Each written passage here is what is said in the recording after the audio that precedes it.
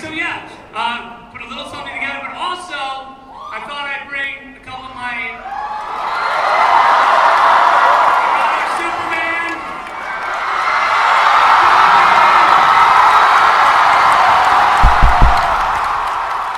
Бастапқыда Бэтмен Бен Аффлек басқаратын жоба ретінде қарастырылған. 2017 жылы Аффлек режиссерлік қызметінен кететінін жариялады. Бірнеше айдан кейін Мэтт Ривз Бэтменнің жаңа директоры болып бекітілді. Режиссер Бен Аффлек көптеген факторлар мен қиындықтарға байланысты 2019 жылдың басында Бэтменді ойнаудан мүлдем бас тартты. DC кино ғаламы өз бағытына таңдай қағып, Бэтменнің жас тарихын айтқысы келетін Мэтт Ривзді шақырды.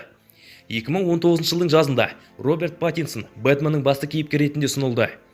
Бен Аффлек Флэш фильмінде Бэтменнің рөлін соңғы рет сомдайды. Паттинсонның үйдегі саяхаты енді ғана басталып жатыр.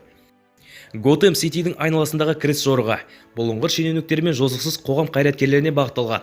Сонымен бірге, сауда белгісі бойынша қылмыс болған жердегі сөз жұмбақтары арқылы қылмыскер мақсатын жүзеге асырып отырады.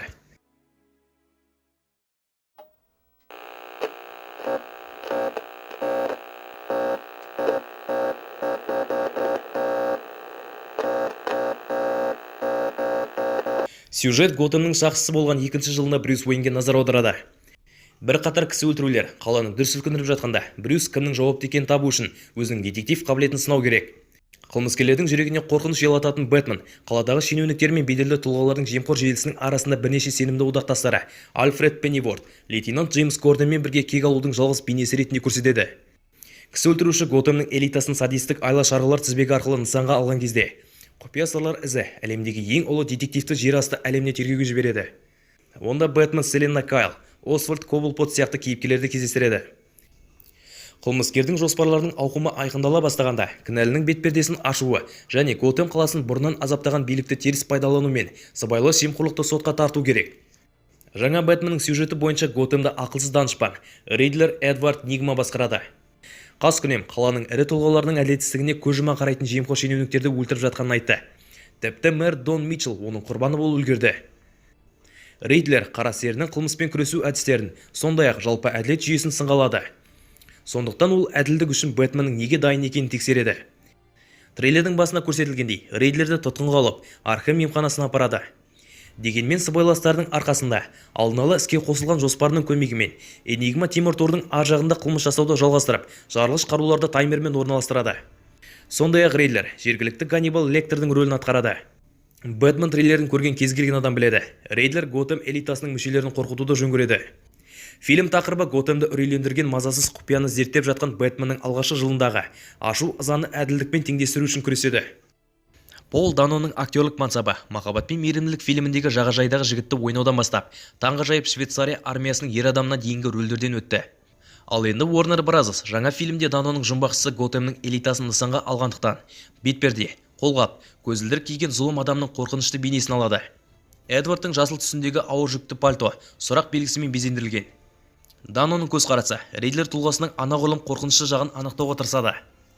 Бэтменде Рейдлерден басқа зұлым адамдар бар. Пингвин, Освальд Коблпот. Бұл рөл үшін визажистер Колин Фаррелді адам танымастай өзгертті. Фильмнің әрекетінде Освальд жақсы жігіттерді қолдайды. Ол Готэмдегі маңызды тұлға. Трейлерге сәйкес, Пингвиннің қазірдің өзінде қылмыстық әрекеттермен айналысқаны анық. Мэтт Ривздің фильмінде мафияның бастығы Кармен Фалкон.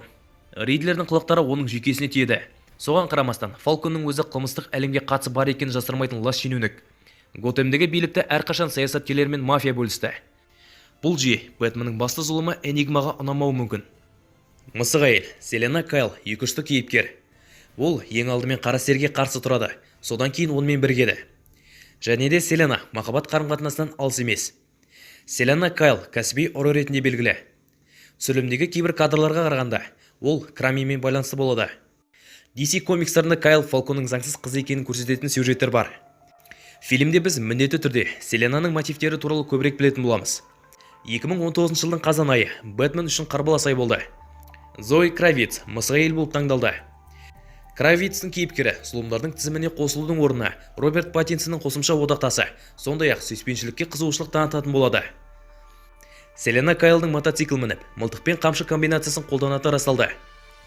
Жанкүйерлер Зои Кравицтің алдағы Селена Кайл бейнесіне оптимистік көзқараспен қарады. Мысық әйел мен Бэтменнің динамикасы комикстерде ең маңызды қарым-қатынастардың бірі болып табылады. Сондықтан Ривздің трилогиясының басында мысық әйелді таныстыру болашақта қызықты мүмкіндіктерге жол ашады. Бірінші Бэтмен триллерінде біз ақыры Брюс Уэйннің мәңгілік адал қамқоршысы батлер Альфред Пеннивортты көрдік. Энди Серкис айтқандай, Брюс пен Альфред арасындағы эмоционалды байланысы керемет ашады. Майкл Гофф, Майкл Кейн және Джереми Айронстан кейін Энди Серкис жас қожайынның психикалық күйіне қатты алаңдаған жас Альфредті бейнелейді. Альфред шай беру және кірден қан алудан бөлек, Ридлер ойының отбасылық құпияларын аша бастаған кезде Бэтмен үшін маңызды рөл атқарады. Джонатан Кимбл Симмонс, Бэтменнің досы, лейтенант Гордонды сомдады.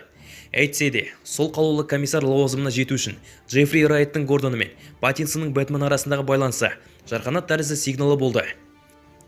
Комиссар Брюспен ынтымақтасып, қаланы тек заңды түрде тазалауға белсене араласады. Актер Джеффри Райт комикстер мен бұрынғы фильмдерден айырмашылығы Гордонның резерві аз екенін көрсетті. Бэтмен сияқты ол әділдікті қалайды, бірақ шекарадан өтіп, қылмыстың түбіне барғысы келмейді. Барри Кёган, Стэнли Меркель лақабатымен танымал есірткі өндіретін лас полицей. Ол Краминге, Осфордқа баратын есірткіні тасымалдайды. Меркель фильмнің соңында ұсталып, Архемге жіберіледі. Өйткені есірткінің салдарынан ақылынан адасып, есінен танып қалады. Сыбыстарға сәйкес режиссер Мэтт Ривздің Джокерге үлкен жоспарлары бар. Айтуынша Бэтменде Джокер көлеңкеде жасырынатын көрінісі болады. Мүмкін екінші және үшінші фильмдерде Барри Кёган клоун ретінде пайда болар. Клоун макияжындағы бұзақылар фанаттар теориясы бойынша аудиторияны Джокердің пайда болуына дайындап жатыр. Мэтт Ривздің Бэтмені Хоакин Феникс сомдаған Джокерден бөлек Готэмнің өзіндік кино ғаламын іске қосады. Сондықтан біз кроссовер күтпейміз. Брюс Ридлердің ісін тергеп жатқан сахнада менің әкемнің күнәлары деген сөзді көре аламыз. Томас Уэйн Готэмді ұзақ жылдар бойы басқарған үкі сотының жасырын ұйыммен байланысты екенін еске салатын, немесе ақиқатты ашатын теория бар. Демек бұл Ридлер сынайтын Бэтменнің қос өмірінен хабардар дегенді білдіреді. Бэтменнің басты элементі қылмысты ашу үшін өзінің ақылын пайдалану деген сөзге ынта білдірген. Бақтымызға орай, трейлердің алдыңғы екі көрінісіне қарағанда, бұл фильм құр төбелескеннен гөрі детектив жұмысының салауатты тепе-теңдігін талғаммен басқаратын сияқты. Готэмнің ең бай отбасының мұрагері қылмысқа толы қала көшелерінде әділдікті енді ғана бастады. Брюс әлі аңыз мәртебесінен алыс. Тәжірибесіздік трейлердегі кейіпкердің агрессивті мінез-құлқы қылмыскерлермен ойланбастан аяусыз ұрып соққанда байқалады. Брюстің іс-әрекеті қарама-қайшы, ол қателесіп, хайуандық инстинкттерге бой алдыруы мүмкін. Оған өзін-өзі ұстау қиын. Бэтмен әлі де қырағы. Бұл жігіт қауіпті көрінеді. Брюс әлі үміт символына айналған жоқ. Ол өсіп келе жатқан аңыз дейді режиссер Мэтт Ривз. Паттинсонның костюмі алғаш рет 2020 жылдың ақпанында Бэтменнің өндірісі басталар алдында сынақтан өткізді. Қызыл түске боялған суретте жанкүйерлер асыға талдады. Сол кезден бастап Паттинсонның костюмін көргенде толқу азайған жоқ. Ымырт актері алғаш рет түсірілген кезде жанкүйерлер біраз қобалжыды. Алайда Роберт қарсылық білдірушілердің қате пікірін дәлелдеді. Бэтменнің костюмі, қарулары, мысалы Әділет лигасының Бэтмені сияқты күрделі және техникалық жағынан жетілгендей болмайды.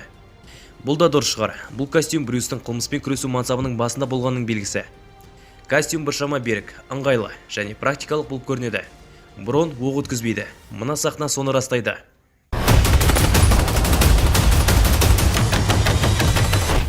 Жоғары технологиялық жабдық көрінбейді. Тіпті дауысты өзгертуге арналған бағдарлама да жоқ.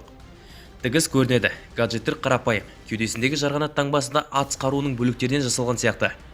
Бұл ата-анасының өмірін қиған тапанша болуы мүмкін. Бэтмен сонымен қатар Уэйн отбасының басқа жақтарында зерттеуге дайын. Ридлер Брюс Уэйннің Бэтмен екенін, оның отбасының Готэмнің сыбайлас жемқорлыққа қатысы бар екенін де біледі. Мэтт Ривздің трилогиясы HBO Max'тың 2 спин-оффтары, Готэм полиция бөлімі және Пингвиннің шығу тегіне бағытталған.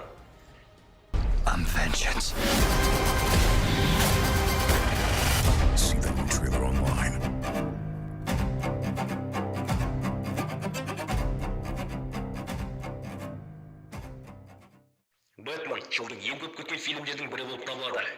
Бақытымызға орай, жанкүйерлер оны 4 наурызда көру үшін ұзақ күтпейді.